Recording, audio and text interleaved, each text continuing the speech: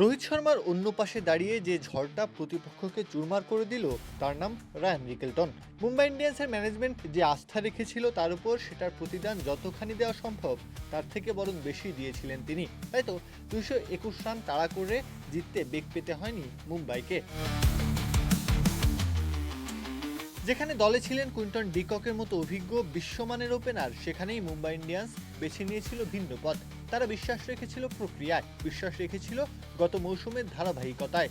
বড় নামের মোহে না পড়ে সুযোগটা তুলে দিয়েছিল রিকেলটনের হাতে।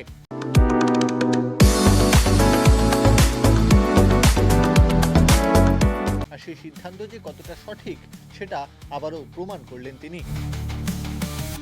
221 রান তাড়া করতে হবে, ওয়াংখেড়ের নীল সমুদ্রকে ভাসাতে হবে আনন্দের জোয়ারে।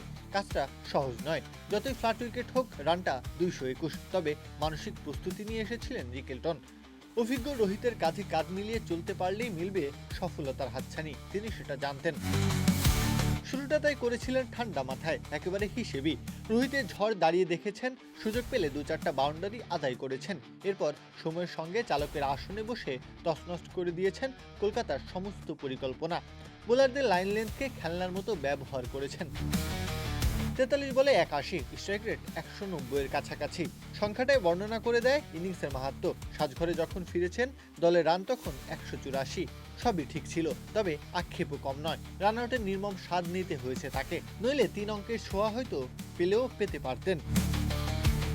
সেটা হয়নি ঠিকই, তবে আক্ষেপ ছাপিয়ে তার বীরত্বগাথা লেখা হয়েছে ওয়াংখেড়ের 22 গজে। মুম্বাই ইন্ডিয়ান্সের টিম ম্যানেজমেন্ট যে ঝুঁকি নিয়েছিল, সেটার পুরস্কারও মিলেছে। প্রত্যহ কাব্য, খেলা 71।